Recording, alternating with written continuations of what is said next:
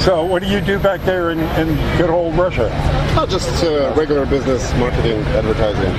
Advertising and marketing in Russia? It's still becoming a business country, you know. Yeah. With 20 years only, but still there's some private business. People are trying to think about their own lives and their own properties and their own. So it's catching up. I mean. Yeah. Well, I mean, the thing is, it seems like we're becoming more socialist, and Russia's becoming more democratic or more capitalistic. We have now, the pendulum is swinging back a little bit toward the Soviet times, but that's because the people are longing for the empire. That's all right. That's pretty much the same feeling when the British lost the empire. That's pretty much what the Russians feel now. It'll be a few decades and it'll be all right. It'll be a nation country, not an empire country, but just a nation country. It takes some time for the transition. That's why all that political stuff with the resurrection of the Soviet Union and the empire and the Putin state. It just takes time. You're in a much greater mess than we are, I think. You think so? Yeah. And some things that we witness from back across the ocean and look at what's going on, they are very familiar to us. Oh, sure. Yeah. Well, I think even Putin said it doesn't make any difference what leader you get in. The policies continue because the adversary nature of the governments in general is going to remain. I mean, it's like, you know, the goals of the oligarchs that run us don't change, and they own the governments, and on and on. Of course, what we get over here from these guys who keep on pushing out their propaganda is, you know, that it's you guys colluded. Everybody needs an enemy, you know. Yes, indeed. Yeah. And same with us. There's quite strong in the propaganda. There's quite strong anti-Americanism as well in Russia.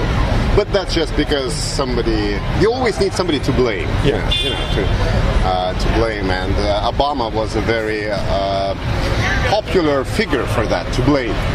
But the people, when they go in their houses and they see that, the hospitals aren't working, that the tramways aren't going, and all the local things, and they said, is it Obama to blame as well?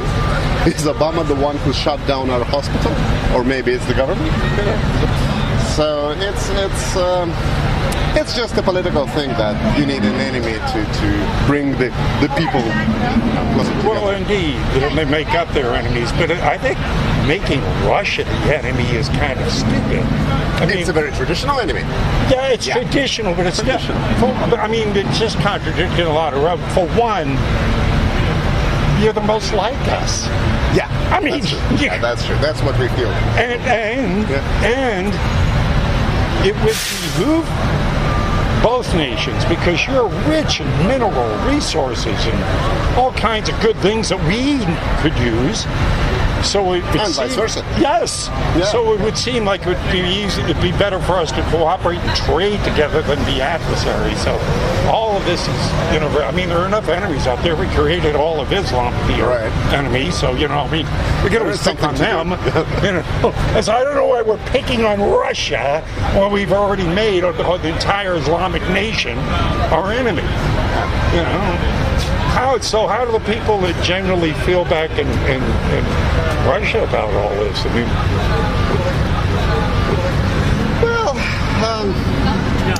the television makes the picture that Russia is surrounded by enemies who want to crush it.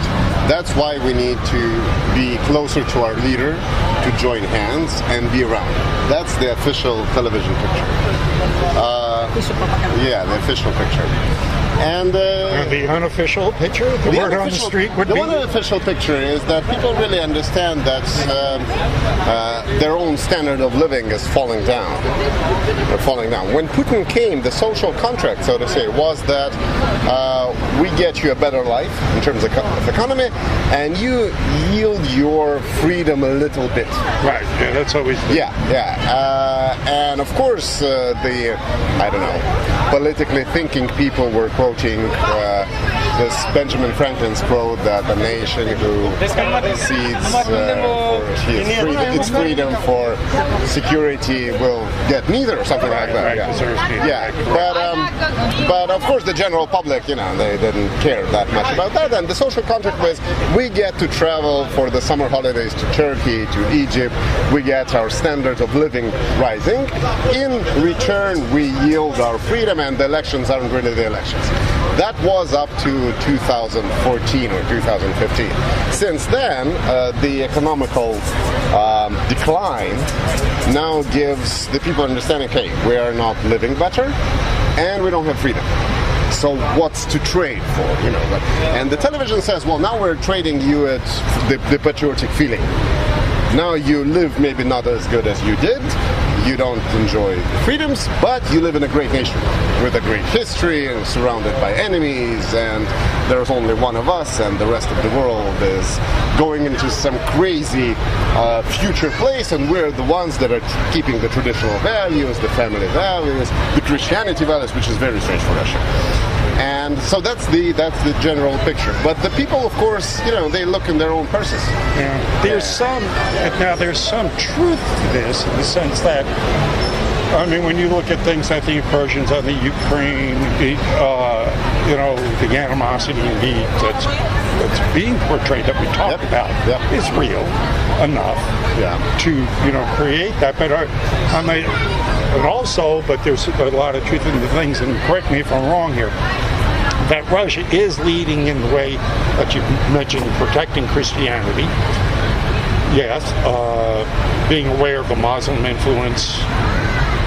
Also, being leaders in wanting to become the leaders in organic farming, which is, I think, kind of very huge in a sense, because a lot of the ways I think they're controlling us or dumbing us down is through poisoning us through food, the chemicals they put in the water, you name it, in addition to the propaganda they get from the schools.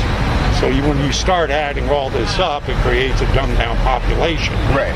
So, which votes the way you need. Yeah, indeed. Yeah. Do you think all this is breaking down, though, because of things like the internet and instant communication? Do you think that the powers that be can overcome the social networks that are exploding everywhere, where we get to talk to one another over vast distances immediately? Do you think that's is destroying the New World Order's march?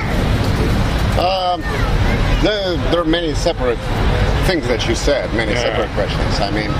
On one hand, this Russia's official idea that we are the ones that are preserving the traditional values. The traditional values that they're preserving are a little bit 15th century traditional values, not the 19th century positivist, scientific, or 20th century. That's the thing that we feel, because, for example, everything that's going on in Chechnya, that's plain feudalism. That's main guy, the governor of Chechnya, who is one of the bandits who was just bought by the federal government. So they issue them money, they put money in Chechnya, so they don't fight. And it's basically like paying a ransom, almost.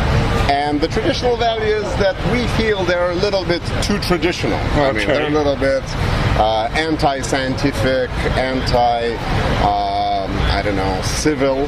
They're mostly into that kind of religiousness that is, like 15th century religion. Not witches at the stake yet. You're saying it's more reactionary. It's much more reactionary than it is traditional. Yes, okay. That's one thing. In terms of the networks and the people talking to each other, I think the future is inevitable in general, and that people are united. It's just how big amount of them are united. So the top 2, 3, 5% of Americans who are open-minded enough to not only think about themselves but to think about the world, and 2, 3, 5% of Russians are also open-minded enough to talk and You think that's that small of a percentage? Yeah. Really? Yeah. But that's enough. Oh, I mean, in general, that's enough. That's the percentage that moves the world. Thank you. It's always been a small group of dedicated people change the course of history. Right. And usually when it gets up to about 10%, you can really control. That's too much, actually. Yeah. But then again, I see like and I'm just probably just wishful thinking here or hoping, because I see, I mean, I draw parallels like the Gutenberg press when it first came out. It spread an explosion of knowledge, even though there are a lot of people couldn't even read. Yes, but it was enough. Yeah, it was enough. But now with, everybody walking around they don't even need to read. You can watch YouTube. Yeah. And it can spread the knowledge. So exponentially, that knowledge is being spread even more rapidly. And I'm not so sure that any social engineer or theology, anybody has any idea of the repercussions of this yet. I think we're still in it. Absolutely. So, we'll see. So that with this, and I talk to people obviously from around the world here, and I'm getting this like explosion of consciousness of people realizing the false left-right paradigms, realizing we're being played, how we're being played. And that knowledge itself is something I didn't find 10 years ago in the general population to the level that it is now. So, I've always been thinking that it's the minority course. I mean, as we were saying about the 2-5%, because after Gutenberg, the most printed books just in a few decades with most amount of copies were the boulevard romances. Right. Just as on YouTube, the most watched videos are not something that enlightens the knowledge, Yeah. And that's all right. That's all right. It becomes an instrument for the consumption of media for the masses. They may consume, religious ideas. They may consume romances. And indeed, you can inject ideas through fiction that they read too also. And in the end, it's still the 2, 3, 5, or whatever percent that are moving the world. And the interesting thing is I was thinking over the past few years that if you start reading or watching any kind of science fiction novels or movies or anything, you notice an interesting thing, that the amount of people that are portrayed in those novels is very small. And for instance, I don't know, if you go into and watch the whole series of Star Trek, you get the idea that in these 3 centuries from now, there may be maybe 1 million people or so, but not 7 billion. You get this feeling when you read scientific fiction, of course it's fiction, still, that it's very hard to imagine that in the future there will be masses. Star Trek, for instance, is the most communist television series in the world. And I was very surprised to learn that in 1960s, in 1963, 65, this is what America watched. Because it has all the traits of communism. No money,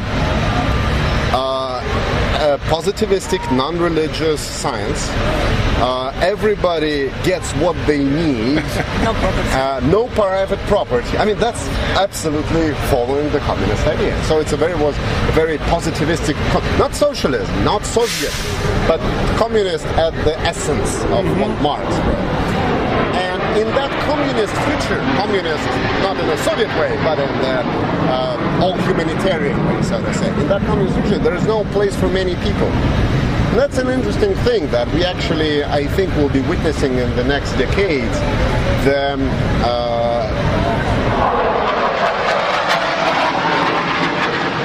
You're here to protect us. Yeah. The struggling thing that the people will find, the masses will find themselves unneeded. And not only unemployed, but unemployable. And what to do with 7 billion people, the world doesn't know. And the countries where the population is shrinking are actually in a better position than the ones which have a lot of people. In Brazil, where there are 200 million people, of whom maybe 180 million are just, I don't know, uneducated, not willing to work, not willing to develop themselves. The government doesn't know what to do with 90%. And over in history, nations needed people for two things: to wage wars and to produce things, because hands meant production. Be that in agriculture or in factories, but the more hands you have, the powerful you are, the more industrial you are. The more hands to hold the rifle you have, the more powerful the army is. But in the future, you don't need hands to win anymore. And you don't need hands to robotics, AI. And the biggest issue will be what to do with all these people. Well, in the past, when the elites didn't need us for slave labor, they killed us. Yeah, and I think that maybe they will let us die out by ourselves. Well, there's been a lot of scenarios in the sense, well, what do we do with them? We give them that, you've heard about the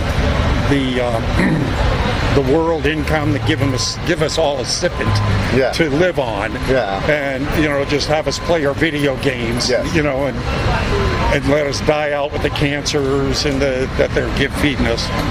And so kind of put us in that matrix, plug us into that electric matrix and die us out that way. Or just start killing us off immediately with wars and FEMA camps. The faster way. Yeah. Either way, I think you're right in the sense that there's going to be a big culling. If for no other reason, you were looking at the depletion of the seas, soil, so food production will drop dramatically. So all of these things combined are leading to a very, very bad future. So is there any hope at all for us at all? Or are we just going to truly become that, the Star Trek of the future? Is there going to be that handful of elites that are going to live in that Elysium-type world, keep a few 100,000 or million of us around for, their enjoyment and, pleasure to torture us or whatever the hell they're going to use it for? You think there's any way we're going to break out of this? I don't really think so. I mean, I think there's a way we can delay it. You can delay the future. When you live in Russia, you really get the feeling that there is a way to delay the future. You may make smaller steps, and maybe a step backward, and maybe a few steps backward. But mostly in regions. Well, you guys have been through the cycle a few times. When you get run over a few times, Americans are still very naive. We haven't gone through the hardships a lot of other nations have gone through, so we have no idea. That's why people in Europe they grow gardens, because you know what it's like to be without food. Just in case. Just in case. I mean, we've got a garden, So here, of course, you ask people here where food comes out, it's a grocery store. They have no idea. I mean, most of these people couldn't grow weeds with instructions. So when the food runs out, it's going to get real ugly. What do you think the timetable is? I think that the speed of the advancement will actually slow down, because it's hard for a human mind to actually get the full picture and to catch up with that. So slow to adjust. Slow to adjust. And I think that the main limit of the speed of the changes will be the human adjustments, which aren't that fast really. Because in my 36 years, I already feel that I am not modern, that I am that I don't understand some things that the 20-year-olds understand. And so people of my age, or people of last decade or something, they will be trying to slow down the changes. The changes, I think, are inevitable. I mean, they're like biological evolutionary process, inevitable type of way. We can slow down, we can maybe make a detour for a few hundred years like the humanity did during the Middle Ages, But I've also seen dangers of the things we've already injected into the environment. Like they just gave Monsanto the go-ahead to make a genetically modified corn. So the DNA itself is going to be... So if it, we kill insects and we're ingesting it, what the hell's it going to do to us? I mean, no long-term effect studies have been done on this, and we don't know. So the genetically modified salmon that they're putting out there, they're going to take old big fish, eat little fish. So they eventually it'll be nothing but genetically modified. So these things at all. Fukushima, we keep on dumping stuff into the sonar experiments they keep on doing that are frying porpoises and whale brains. I mean, it seems like we're on a suicide mission to go ahead and kill ourselves. No, it definitely looks that way. It definitely looks that way. So you think we'll achieve it? I don't see how we will stop. It's not like I want to achieve it. I don't. But I don't see what will be able to stop the process. I don't see the forces that will be... I mean, we can stand here and talk and find common grounds and find together that, yes, that's not a very good thing. But in a more gigantic way... sorry for that metaphor, but in Tolstoy's War and Peace, the main idea of the book is actually that the human, the man, is really... not able to withstand the force of natural history.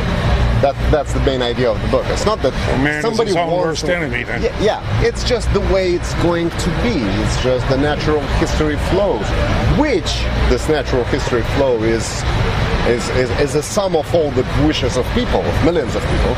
But the will of one man, the role of one man in history is minute. It's the role of the history itself. And in a way, that's, I think, what's going on here. I mean, there may be the minorities that are, whistleblowers and ringing the bell and saying, hey, why don't we stop? Take a look what you're doing. Are you sure that this is what you want? But in general, the mass public just wants to consume more. And the more the public wants to consume, the more companies and other publics are going to give them. Well, being in the business you're in, I mean, you're well in tune to what motivates people. Oh, yeah. I mean, simple things. I was in sales marketing a good deal of my life, too, and you find out there's only a few things that really trigger people. Yeah. Greed, fear, right? Sex. Right. So there's only very few things. If you push those hot buttons, you can pretty much move the masses where you want. But they want to be moved. That's the way. And in Soviet times, we had this experiment of enlightening the masses, which was actually quite interesting, because there have been scientific journals in Soviet times which had a circulation of 5 million copies. 5 million households subscribe to a scientific journal or a journal of modern literature or something like that, because all the yellow press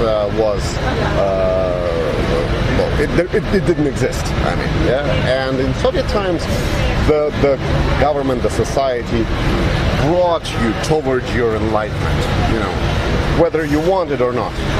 It just installed you scientific thinking. It installed in your hands the understanding what's going on. And I don't know, I would say that out of 220 million of Soviet citizens in USSR, maybe 30 or 40 million were very adequate, very conscious thinking people. And that's a very high percentage. Yeah. That's a very high percentage. Well, they weren't the masses, in that way. That's actually what brought the USSR down, because there were too many thinking people, Well, indeed. Yeah. That's what, well, in general, and this is what I find, I mean, Europeans, Russians, one, just by nature of having a longer history, you're going to absorb something from that, the experience from it. But also, with that experience, you're more well-read. I mean, maybe 3% of Americans read books. I don't know what the percentage is over in Europe and Russia. It's fallen. It's fallen, but it had to be higher than 3%. It had. Yeah. High. Yes, it had been high. And that's what I'm saying. It had been high, and that's what destroyed the power in many ways. That's what destroyed the USSR, where too many people were listening to Beatles. On the flip side, isn't the internet, though, going to maybe take some of that knowledge back? Well, it gives you the tool, but you still need motivation in order, when you go on YouTube, to watch a lecture and not a music video. I mean, it gives you the means, but you have to have your own will to type in the interesting search. You have to filter, you have to categorize, you have to priorities. Yeah. And even with the access to the internet, people very fast find pretty much the same type of amusement that they have.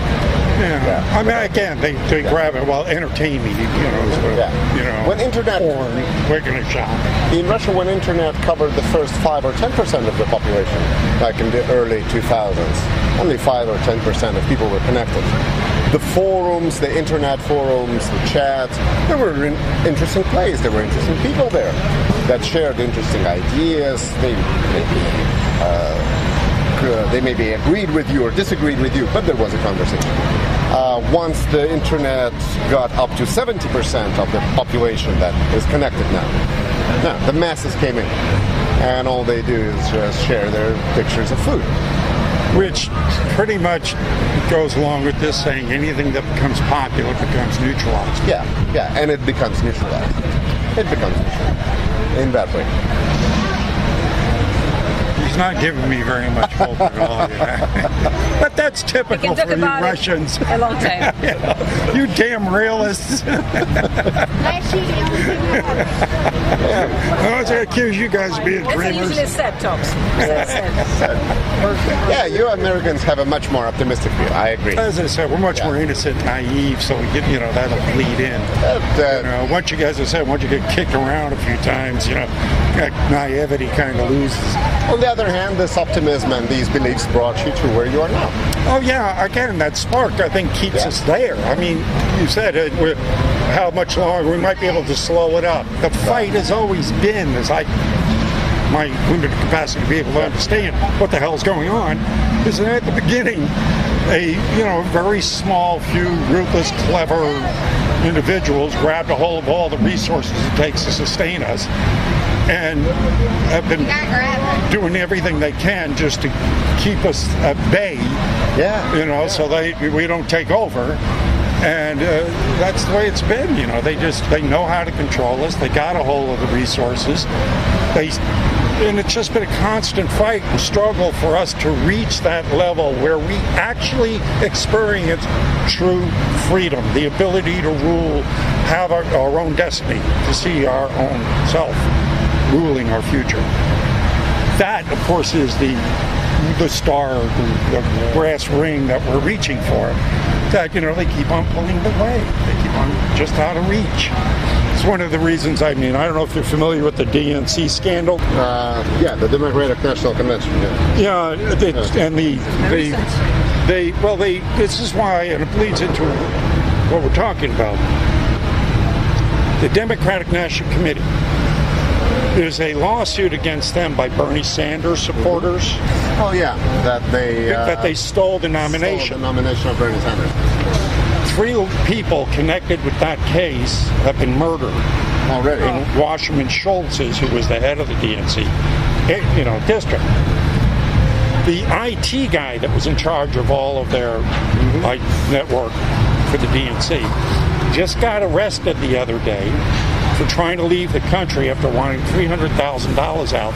They went to his house and found smashed hard drives.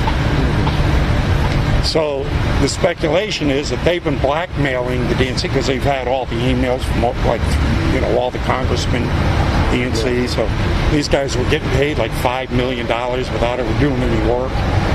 So there's something going on here, right? So, what's odd is that this is a massive political scandal. Beyond Watergate, beyond anything we've ever seen before. But it's not being talked about in the news except for a few, fringe outlets. Fox is on it a little bit, but not totally. And I'm wondering if this isn't one of those things that are too big to really put out there, because it would destroy one half of the false left-right paradigm. And they need, like you said earlier, an enemy. We always need that opposition enemy. If you take it down, everybody rushes to one side. Right. That's too many people. You can't control that. That's true. I don't think that the Republicans would want the Democrats, to be. Yeah, I hear they have a golden opportunity to take the entire Democratic National Committee down. Yeah. And this scandal is that huge. I mean, they hired Pakistanis to take over the IT network and we have access to our most sensitive secrets. That is like, what, there were no Americans we could have hired? I mean, like, it's like going out and hiring a child molester to watch your kids. It's like, well, why are you doing here? None of this, it's beyond. I mean, if we were write a script and go into a scriptwriter and say, yeah, this is, they throw us out because they say no one's going to believe this. No one would hire Pakistanis to watch their most sensitive material, but they did it. And then everything crazy. I like the things. I mean, Brennan, who was our CIA director, is a Wahhabist. He took the oath on a damn Quran. How the hell you want the guy head of the CIA? That's, what is Islamic?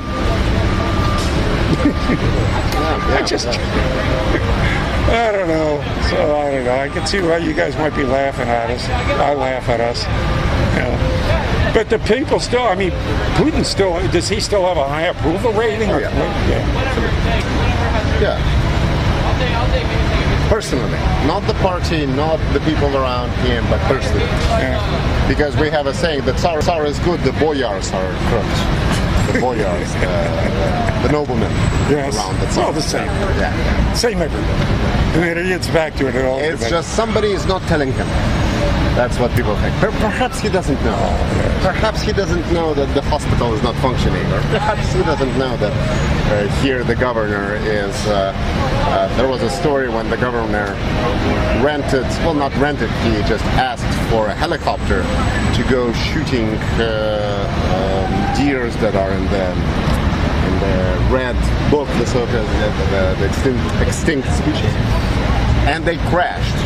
They crashed because, and the official story is that there was a very bad weather conditions and so on, but it leaked eventually that they crashed because they were so drunk and they were shooting with the machine guns at those deers that at some point he just turned, he said, what? Turned and shot the, not the pilot, but the engine. Not the engine, the controls. Yeah, the controls board. Yeah. And, maybe we'll get lucky and they'll just all kill themselves, huh? Yeah, and at the regional level, of course, the corruption is just tremendous and everybody is feeling that they're the owners of the land. But the people think, maybe Putin doesn't know. Maybe we have to tell him. Well, I don't know if you caught the Chris Christie beach scandal. Chris Christie is the governor of New Jersey. And he was one of the Republican candidates. One of the Republican candidates. See, you guys know more than most Americans know, I swear. Just lately, this made the news.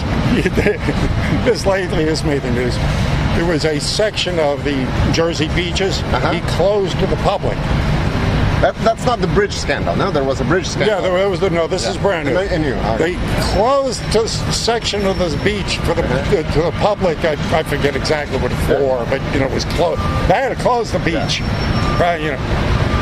The only people and a helicopter flying over the only people on the beach were Chris Christie and his family. So the public couldn't come there, but he was on the beach. You see his big fat ass, looking up at the helicopter. That's a similar thing. Similar things, yeah. Yeah. Oh, man. So, Jesus, I don't know. I want a revolution. We had many. I want a worldwide, just, let's get rid of these guys. Usually, when you have a revolution in your country, the ones that benefit are the people outside.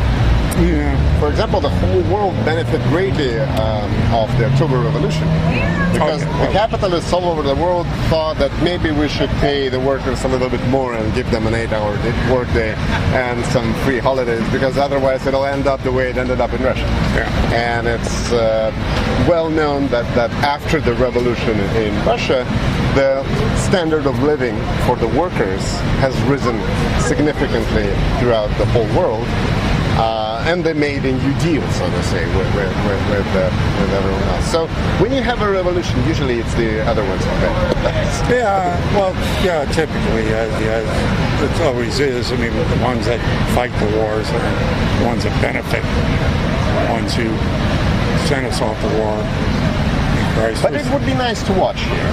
I mean, if in America the things would be keeping up and boiling, it would be very interesting. I think one of the greater things about your country is that you keep on reinventing yourselves.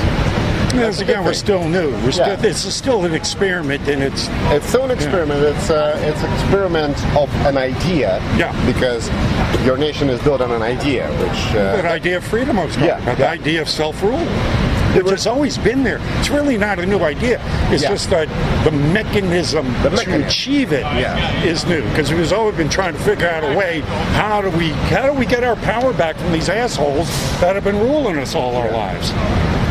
I mean, that's always been the fight. Starting from 16th century, there was another nation that was also built on an idea. It didn't survive. That's the one we're from. Maybe the idea was not as good. Maybe the mechanism, whatever. Are you talking about communism? Yeah. It also was a country built on an idea. Yeah, but it was also funded by the same oligarchs that started us. Oh, yeah, that's true. Again, we go back to we needed the yin-yang. We needed that enemy. We needed that counterpart. Absolutely. So, I mean, Trotsky and all of them were all funded by the capital. Lenin as well. Yes. Exactly. But you see, these are the things where people are becoming conscious of now. They're realizing that behind the scenes, we're being played. So, it isn't just like, wow, they actually like it. They actually like it. Then they grab a beer, turn on the TV, and you think the average man likes being played? I think so. Really? I think so. I think it doesn't really... Well, it matters to a very small number of people. That's maybe why we're pessimistic and you're optimistic, because... Oh, I'm not, really not, no. There's just like that smidgen of me that is, but for the most part I'm going, You think, by saying you, I don't mean personally you, but I'm this general American optimism, I think has that idea that once we tell the people, and the people will realize what's going on, the people will say, hey, I want something different. But in my tradition, but maybe my life or my history, so the history of my country, the idea of telling the people something doesn't really change that much. Well, Churchill once said, from time to time, man will trip over the truth. And most of the time, they just pick themselves up, dust themselves off, and walk on like nothing ever happened. That's true. But something like that. That's what you're saying? I think that's the European pessimistic/realistic viewpoint. Maybe one of the reasons is that psychologically, America as a nation consists of the most adventurous people from all over the world. Because all the adventurous people, all the, entrepreneurs, the people that had the strength and the courage to leave their own homeland, as in that monument that we saw, the monument to the immigrant, to the people who had the courage to leave their homeland in search of new life. And America is built up of those people. In all the centuries. And maybe that's because this is the place where the optimists gather. This is the place where people who are courageous enough to get rid of the old way, whatever that is, and get into the new way. Maybe that's the explanation for your this giant optimism. And the ones that are the pessimists and the realists, they stayed there. They stayed behind. And maybe that's why when I talk about this with my friends or my family or somebody else, I think that, you can tell all the Russians about everything and they will say, okay. But the news and the freedom is so, the freedom of that news, the freedom of that new idea is so heavy to grasp on, actually. It's so heavy to live with. I mean, When you live in an idea that America is the enemy, Putin is our savior, we're surrounded by enemies, it's a very simple life. You know the good and bad. You know what to do. You know what's good, what's bad, what's expected of you. You lead a simple life. Once you start asking yourself questions, it's a much harder life. You now have to make choices. You have to make decisions. You have to do something. You have to do something. And it's all right if it's a few percent, but when the whole nation has to do something. And I think that the people mostly prefer not to. Those that prefer changes, they emigrate. Throughout the 200 years they went to America. Maybe now they're not going to America, maybe they're going somewhere else. Because I think that the stream, the influx of this new adventurous and courageous people in America is actually shutting down a little bit. The amount of new people that come and bring and change the country. That and the education. And the education, yeah. I mean, because there's a great interview by one of the top KGB. He was the highest KGB ever to defect. Yeah. Over here. What's his name? I think I know who you're talking about, but I don't remember. But he came over and says, you know, the systems we use to take down countries like yours, they're 30, 40-year plans. Yeah. And the first thing we do is we infiltrate the educational system. Yeah. Because once you go ahead and indoctrinate a couple of generations of people into socialist ideas, it just bleeds out. And I think you're going to wind up having somebody like Bernie Sanders running as a serious candidate in a capitalist country, you know, and coming close to getting the nomination. Actually, he had the nomination. It was stolen from him. So they're going to be happy. Good God, I hope you don't have, man, I don't know. It's going to be interesting what happens in the next few years, that's for sure. Do you think Trump was even supposed to be in there, or do you think he's a fluke? I think he was very surprised that he actually became the president. Yeah, I don't know whether it was a fluke. I think it was his own personal idea of his own personal show, or the way he led. Well, the way I was viewed, but at least I view it here, and I think I got other people to concur. People were seeing through that false left, right-left paradigm. They were sick of both the Democrats and the Republicans. And that's why Bernie Sanders was popular on the left. He represented anti-establishment there. And of course, Trump did on the right. Even though Trump is probably no more a Republican than Bernie Sanders was a Democrat. So I think this whole thing was about just the people pissed. They were just tired of being lied to. And so, you know, they put a wrecking ball in there. Yeah. I think he came along and picked up on the anger that was out here and rode that into office. And you know, it's amazing now. You know, of course, they're talking. The latest news is the deep state is actually coming out and talking openly about taking Trump out. Right. Assassinating. Assassinating or impeachment? I think that's the easy way. Assassinating. Really, actually assassinating. They're actually talking about taking him out violently now. That's coming out. Don't you think that the impeachment will go through eventually in a couple of months? No. I can't. For what? For what? I mean, if they keep up the witch hunt, they definitely will find something. They always do. Yeah. You know, but you got to remember, if they've been, how hard they've been looking so far. And didn't find that They haven't found anything. I mean, certainly the whole Russian collusion thing is total shit. I mean, I'm sorry.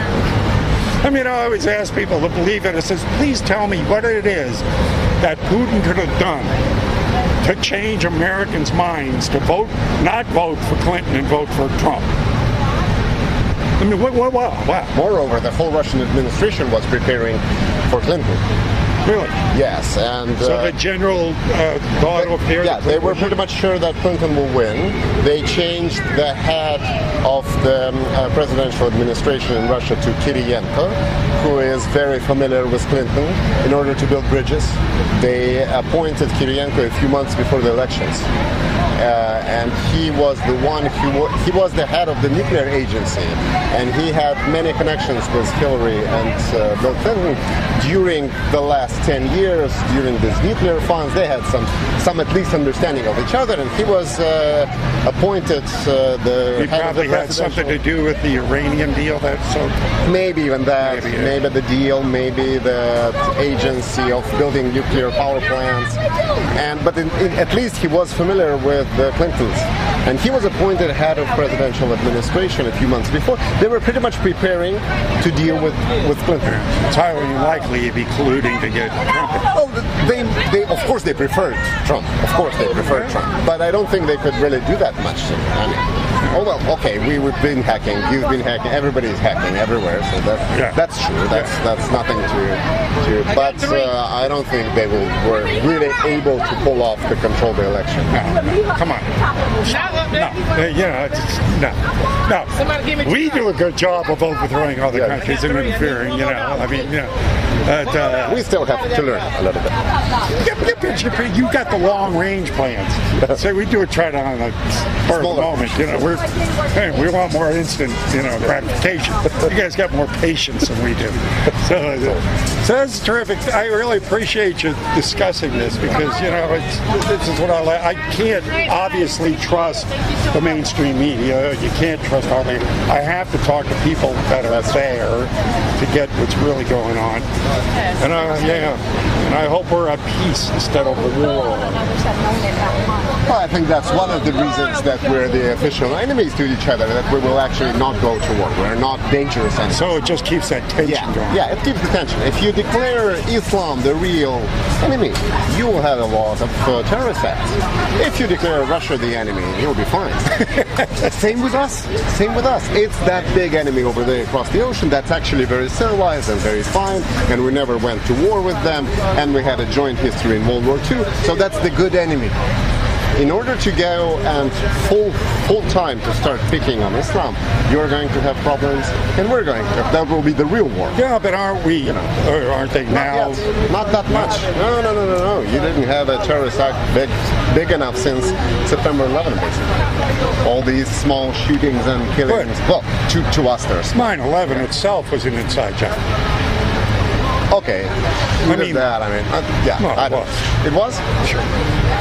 It really looks that way, but... No, it is. It is. It had to be. The evidence is overwhelming.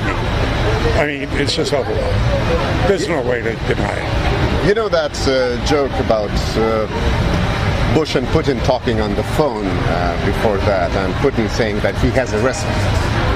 Because the 1999 bombings in Moscow are the ones that said that brought Putin to power. Which were also under suspect that it was a false flag. Yeah.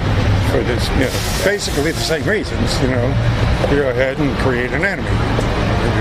And that's what it was. I mean, if you remember at the time in 9/11, we were talking about a peace dividend. Yeah. Well, we're a wartime economy.